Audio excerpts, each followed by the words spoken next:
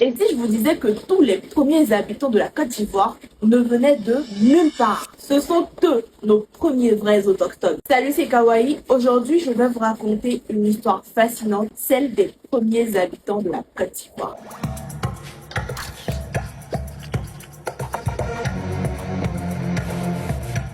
Bon, avant que les grands groupes comme les Akans, les Mandés, les Boers, les Voltaïques arrivent avec leur migration, il y avait déjà des peuples qui se considéraient comme autochtones. Ces peuples-là viennent de nulle part, ils étaient déjà là et on retrouve leurs traces un peu partout dans le pays. Un détail que j'ai trouvé très intéressant est que certains de ces peuples-là étaient appelés les Pygmées ou les Négriers par les récits populaires. Ils étaient souvent décrits comme ayant des cheveux épais, une peau rougeâtre et des pieds retournés. Les Anis, par exemple, les appelaient Aquatica, les Baolés Kakatika et les Bétés Bidi Kopé. J'espère que je prononce bien. Mais voici où ça devient encore plus évident. Certains d'entre eux, les Irontilais vivant au bord de la lagune, se disaient venus du fond de la lagune. Il y avait aussi les Agouas, un peuple dont le nom signifie ceux qui étaient déjà là, et les Brekegon qui ont vécu même avant l'arrivée des Akans dans le pays ébrié. Fun fact, c'est d'eux que les Akans auraient appris l'organisation militaire en classe d'âge. C'est dingue, non? Depuis toujours, la Côte d'Ivoire est un pays où les peuples se rencontrent, se mélangent et se partagent. Le fameux pays de l'hospitalité. Alors vous en pensez quoi? Vous connaissiez déjà ces premiers habitants de la Côte d'Ivoire? À Abidjan, tout le monde connaît le grand marché de Belleville, un vrai labyrinthe, tissus, épices, bijoux et foules bruyantes. Mais ce que peu savent, c'est qu'à partir de minuit, le marché change.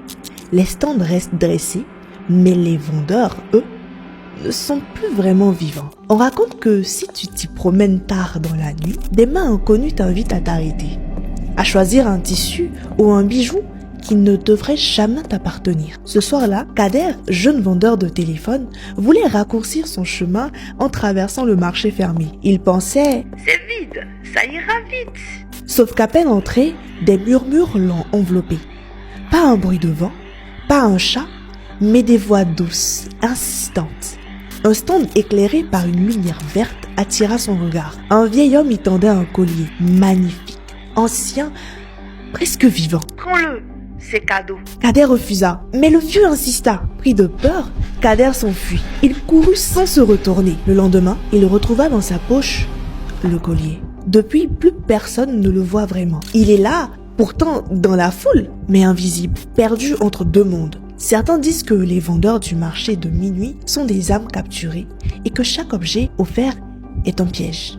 Alors si un soir, au détour d'une ruelle d'Abidjan, quelqu'un vous tend un bijou gratuit, faites demi-tour avant qu'il soit trop tard. À Koumassi, les murs ont des oreilles et les langues n'ont pas de repos. Ici, ce que vous faites, ce que l'on croit que vous faites, sera raconté, amplifié, déformé. Dans notre quartier, il y a sûrement une femme qui décide de ce qui est moral et de ce qui ne l'est pas. À Koumassi, c'est Madame C.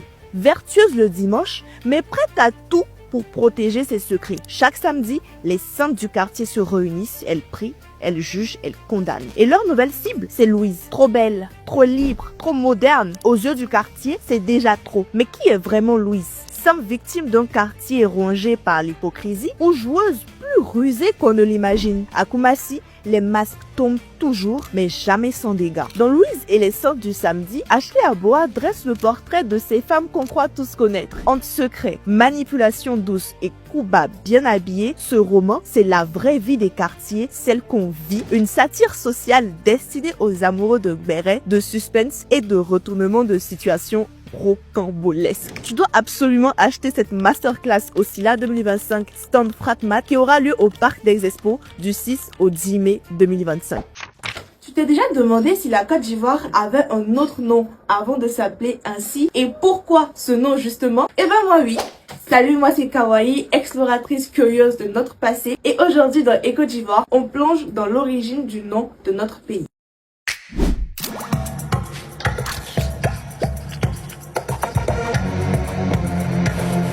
Avant que ce territoire ne soit appelé la Côte d'Ivoire, il abritait de puissants empires. L'Empire Kong, le royaume Diamant ou encore appelés royaume baoulé et Ani. Ces sociétés prospères avaient chacune leur nom et identité. Puis, les Européens sont arrivés. En 1471, les navigateurs portugais Roero de Santarém et Pero Escobar découvrent le littoral ivoirien.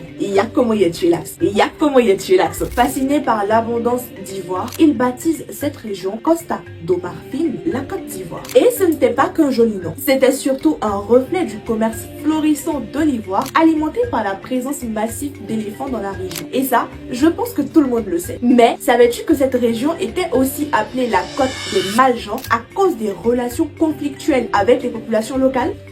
Après, les Portugais, les Hollandais, puis les Français ont continué à utiliser ce nom jusqu'à ce que la Côte d'Ivoire devienne officiellement une colonie française en 1893. Derrière chaque nom, il y a une histoire. Que penses-tu de celle de la Côte d'Ivoire? Connais-tu d'autres noms qui auraient pu nous définir? Dis-moi en commentaire. Le français, c'est pas la langue des Ivoiriens. 70 ethnies, plus de 60 langues et pourtant une seule langue officielle, le français? Mais et si ça, c'était sur le point de changer? Coucou, c'est Kawaii, ton exploratrice culturelle préférée et tu regardes Éco d'Ivoire.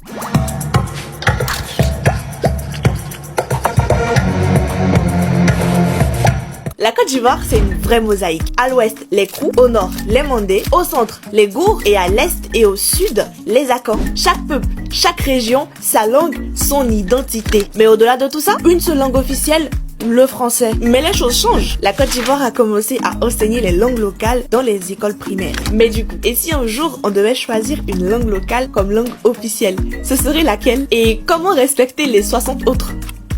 Pas simple. Mais ce qui est sûr, c'est que parler sa langue, c'est parler son histoire. Tiens, voilà 5 façons de dire merci en langue ivoirienne. On a ni, mo, on a tié, nansé, on a bé, nassé, on a djoukrou, bia, en baoulé, mokloa, quand on s'adresse à une femme, et nyakloa, quand on s'adresse à un homme. Moi, j'ai commencé ce compte pour vous partager ce que je découvre et aujourd'hui, vous êtes plus de 100 000 à me suivre sur TikTok. Alors je vous dis Nasuo, Ayo, Ase, Kabo, Mo. Et toi, comment est-ce qu'on dit merci dans ta langue maternelle? N'hésite pas à me le dire en commentaire. C'était Kawaii, ton exploratrice culturelle préférée. Ayo, oubliez tout ce qu'on vous a appris à l'école sur les peuples de la Côte d'Ivoire. Avez-vous déjà entendu parler des Ega? Probablement pas. Et pourtant, ce peuple fascinant, souvent ignoré au cours d'histoire-géographie, mérite notre attention. Bienvenue dans ce nouvel épisode des Côtes d'Ivoire où nous allons découvrir ce peuple intrigant mais pourtant méconnu. Nous ne saurions commencer à parler du peuple Ega sans en faire la présentation ou essayer d'en montrer les origines. Sur la question des origines des Ega, il y a plusieurs sons discordants. D'aucuns soutiendraient que les Ega viendraient du Nigeria ou du Bénin, alors que pour certains, les Ega seraient venus du Libéria.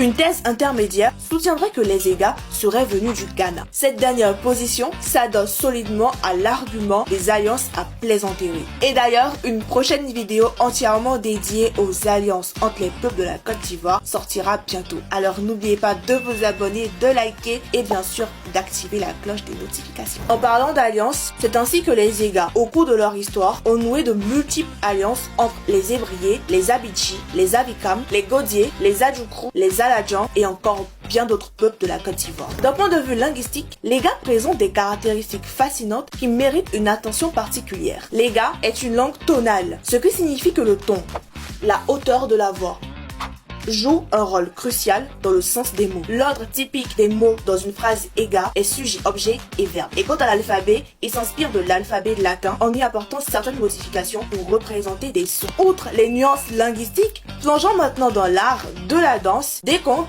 et des proverbes qui constituent le cœur vibrant de la culture Ega. Côte d'Ivoire, pour être une femme, une vraie, il faut faire un lourd sacrifice, l'excision. Aujourd'hui, pour notre voyage culturel, je vous envoie en pays Krou, plus précisément chez les Wè, afin de découvrir leurs traditions et leurs rites d'initiation.